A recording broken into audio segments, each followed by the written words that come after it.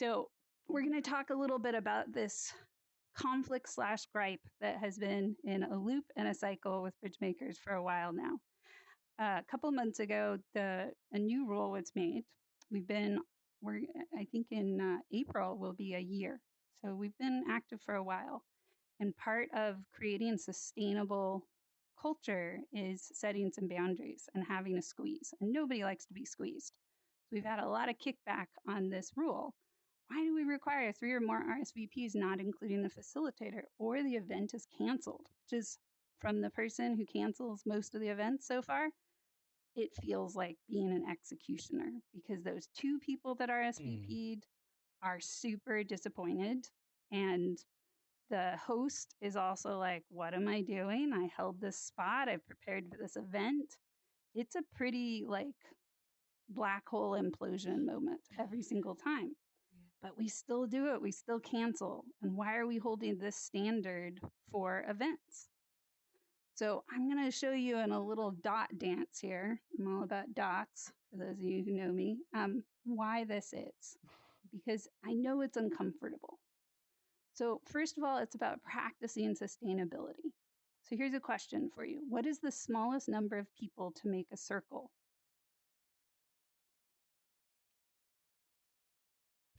We've got 3. Hatson is holding up 3.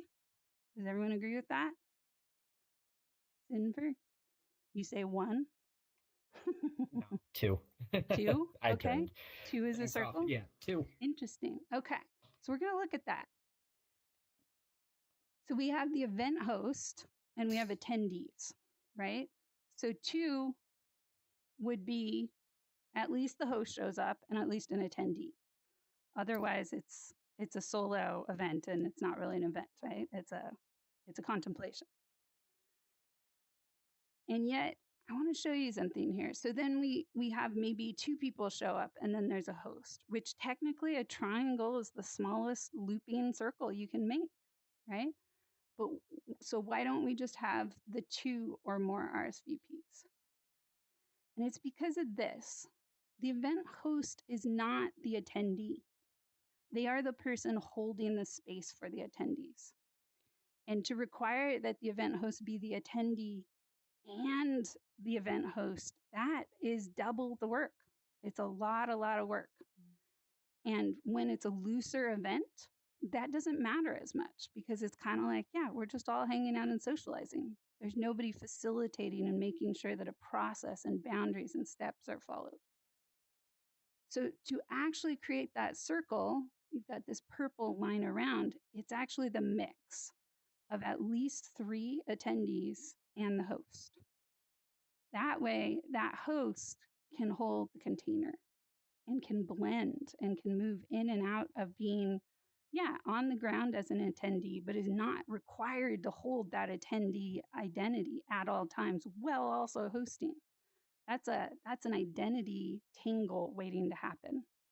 And it disrespects our hosts, our facilitators. So this is the minimum viable event structure for most events, because there's other roles connected to that host. There's the person who's streaming the event many times, because we record most of our events and stream many of them.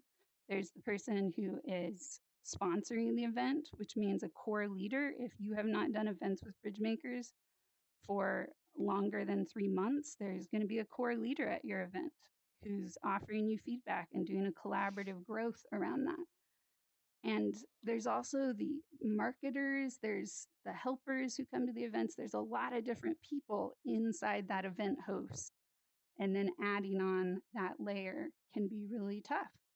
So I'm bringing us back to this slide for a second for us to look at, for something like civil discourse, our minimum is not 3 people. It's actually 8.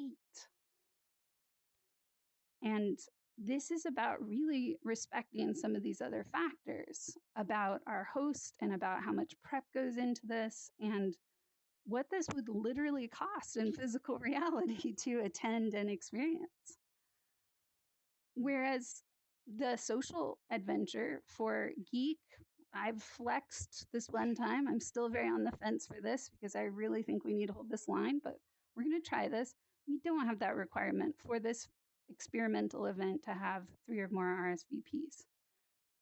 Again, I'm still really torn up about that, but I am recognizing that there needs to be more flex with looser structure events. So this is the second reason. It's about respect. Make sure you all come. Yes, event geek is like, you got to prove to Hey You that this works, right? So the second reason is a different level of respect for the event host. So what's the type of the events? We just looked at that. How much preparation is going in for these events? What level of expertise is going on there? Is this person highly educated? They do this for pay and they're coming to offer this service to our community, and we're not even doing the decency of RSVPing. Like that's a sign, right? And then finally, what would it normally cost? Like these are professional level events at times.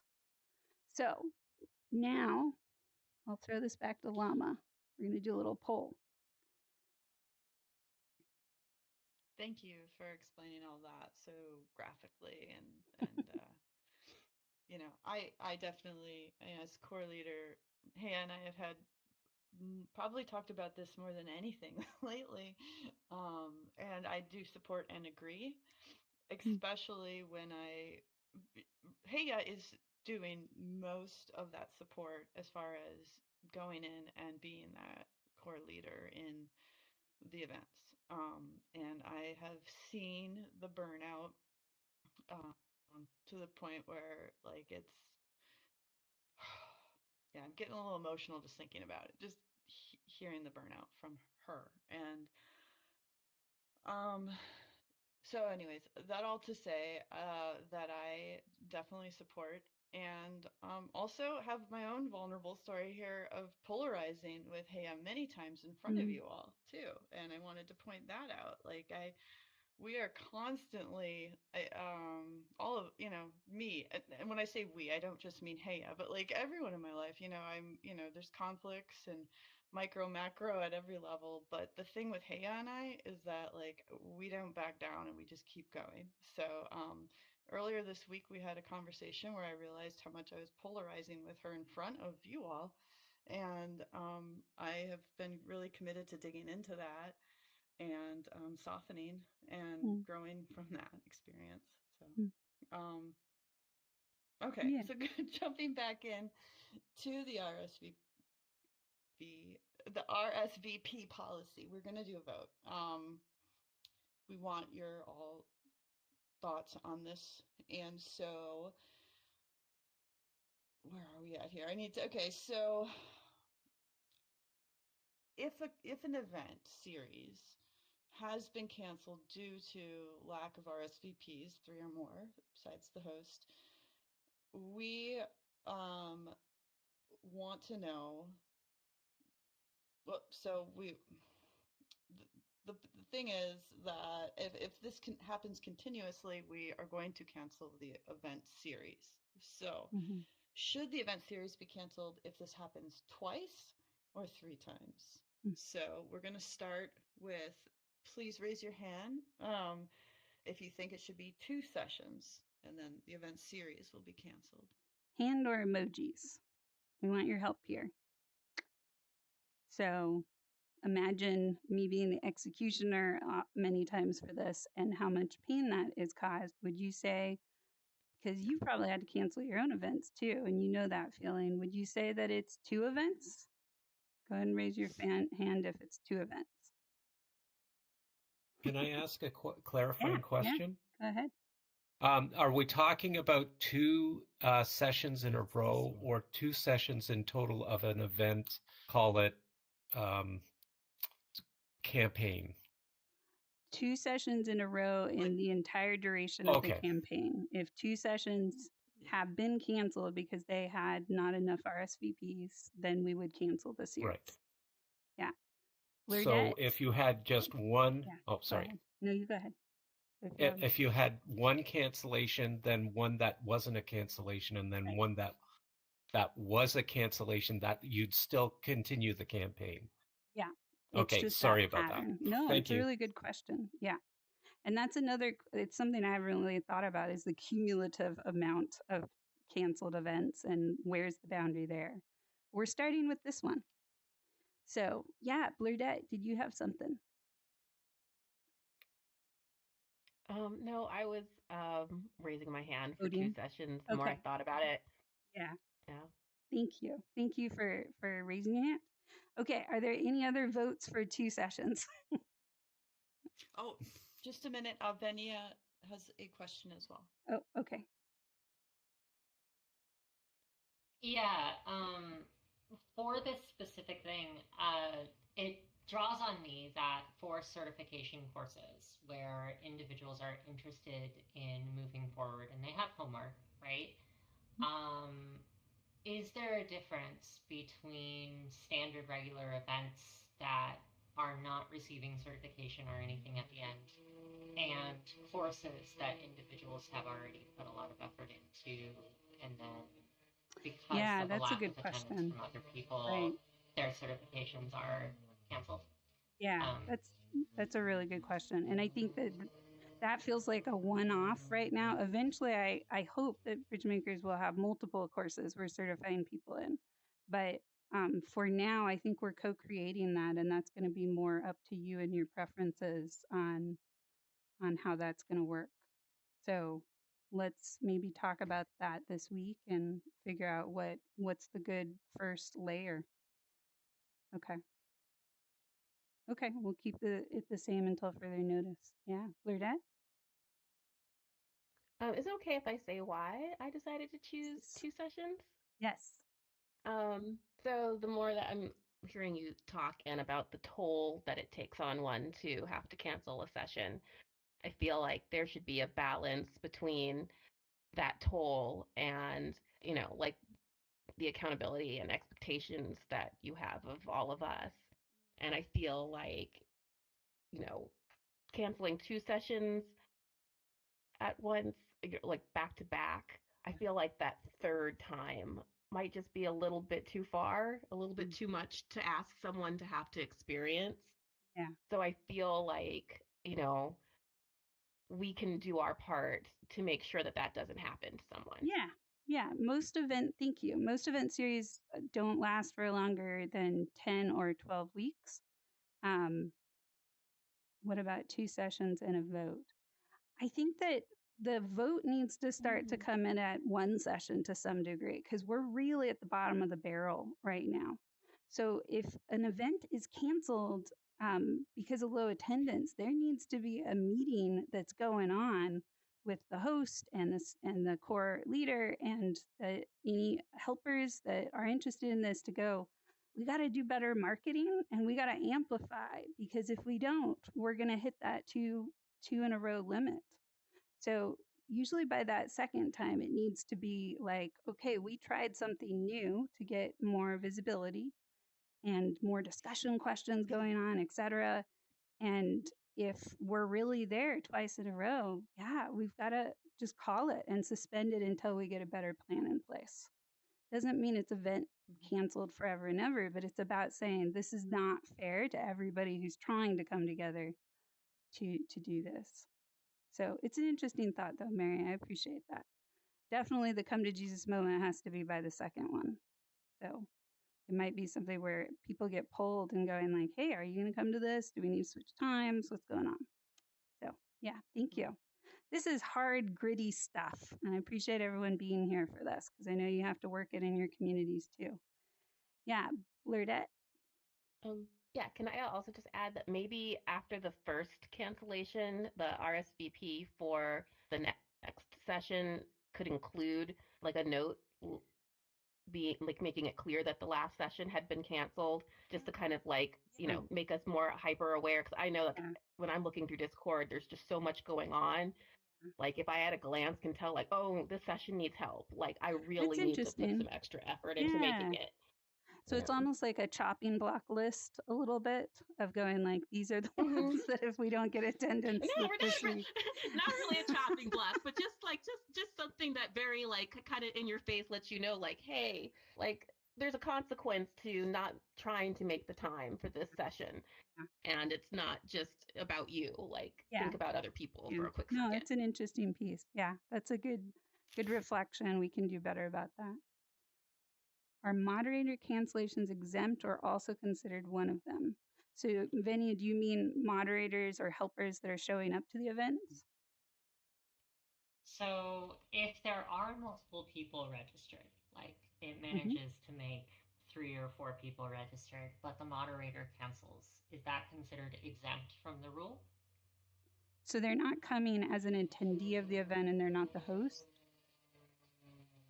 Yeah, so it manages to meet the requirements, but the moderator cancels regardless. For some reason, the event doesn't happen, and it's the moderator's I see. So, yeah. inability, for instance. Yeah. I don't think, I don't think that should be on. If staff are canceling for their own reasons, that rule shouldn't apply.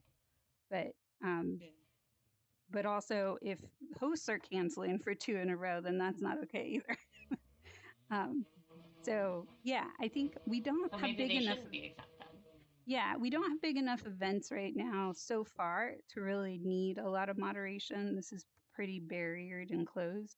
But I think it's a good question for a lot of you as community builders, thinking about your events. And like, if you don't have enough moderators, what do you do? Probably most of you would answer that by we wing it, and we just roll with it. But especially when there's a lot of prep going into these events, the structure, Mace is like, no, we do not. Good. That's a healthy boundary. But this is hard stuff. VR is a little bit like a dreamscape, right? And so people are always going to resist structure in a dreamscape. It's always going to feel like, I don't like this. This is not the main culture. But there's also human beings behind these events and experiences. And if BridgeMakers can't set this standard and model this for all of you, then we're all kind of going to be drowning here and burning out and just vanishing. So this is hard, and we need your help to amplify this and practice the pain of it with us so that it's not just on core leaders to hold this line. And I do appreciate that suggestion of advertising this is an event in danger of suspension. We don't want to put it in a negative light, but it's pretty hard. So thank you. All right, so we voted. And also, go ahead. Sorry, one more thing. Just want to add. Venia did also have another suggestion over here, and I believe, about having, aside from Discord, to potentially have it on a website registration. I know we had talked about Evite. I can answer part of that. Definitely want to hear your thoughts. Yeah, like those are great. That's a great suggestion too. We do need help with promoting events, and so that's where a few slides up there we're going to talk about helpers. But it's definitely on the list of things we've looked at. Kind of having an Eventbrite format. Okay. Yeah. Let's do our vote here real quick. So all hands up for 2 events. Thank you, Venia. Let's see. 1, 2. If I can't see your hand because your avatar is dark. Okay. All right. And all hands up for 3 events. 1, 2, 3, 4, 5, 6. Wow. Okay. It's unanimous. 7. All right. Well, thank you. Thank you, everybody. That is, I estimated that's what was going to happen. We'll try this. We'll try to do the 3 because then that's a clear pattern. And we're also having to deal with burnout levels. So maybe we will need a volunteer helper executioner where your entire job is to track these things and chop it up. So it's not all on our core leadership. We're coming up with that list. Yeah. Okay. Thank you, everybody.